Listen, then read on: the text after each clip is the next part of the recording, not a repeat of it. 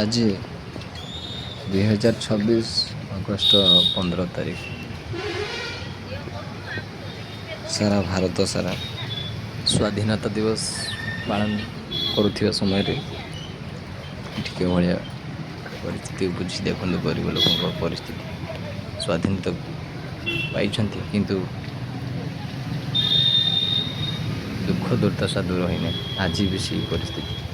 ଖଟ ପକାଇ ପାଣି ଉପରେ ଖଟ ପକାଇ ଶୋଇଛନ୍ତି, ରହିଛନ୍ତି, ବସବାସ କରୁଛନ୍ତି। ବନ୍ୟା ପରିସ୍ଥିତି ଏ ବର୍ଷ ଏତେ ଭୟଙ୍କର କରିଛି ଲୋକମାନଙ୍କୁ। ଏ ବର୍ଷ ନୁହେଁ, ଏ ଯେଉଁ ଆପଣ ଦୃଶ୍ୟ ଦେଖୁଛନ୍ତି ଏ କେବଳ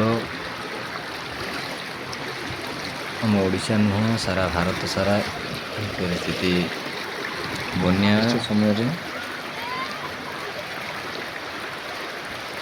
ଦେଖିବାକୁ ମିଳୁଛି। ତ ଆମ ଦେଶର ସରକାରଙ୍କର ଅନୁରୋଧ କିଭଳି ଭାବରେ ଦେଶର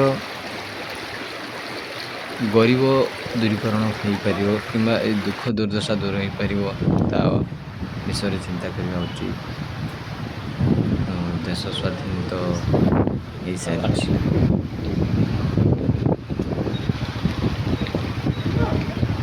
ତାହା କେବଳ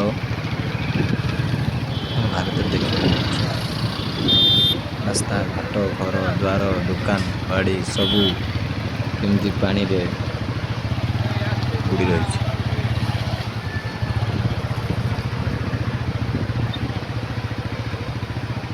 ପରିସ୍ଥିତି ଏଇଭଳି ଆପଣମାନେ ଦେଖୁଥିବେ କି ଖଟ ପାଣି ମାନେ ଘର ଭିତରେ ପାଣି ପଶିକି ଘର ଦ୍ୱାର ଖଟର ମାନେ ପାଣି ଉପରେ ଖଟ ପକାଇ ଶୋଇଛନ୍ତି। କେମିତି ଦେଖିଥିବେ ଆପଣ।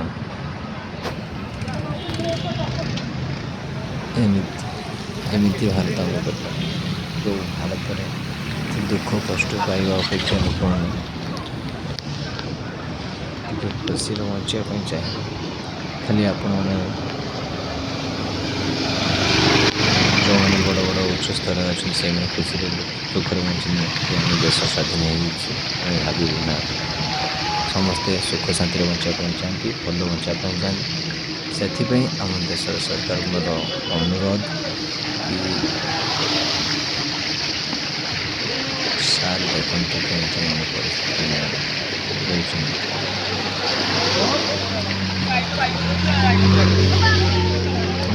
ତ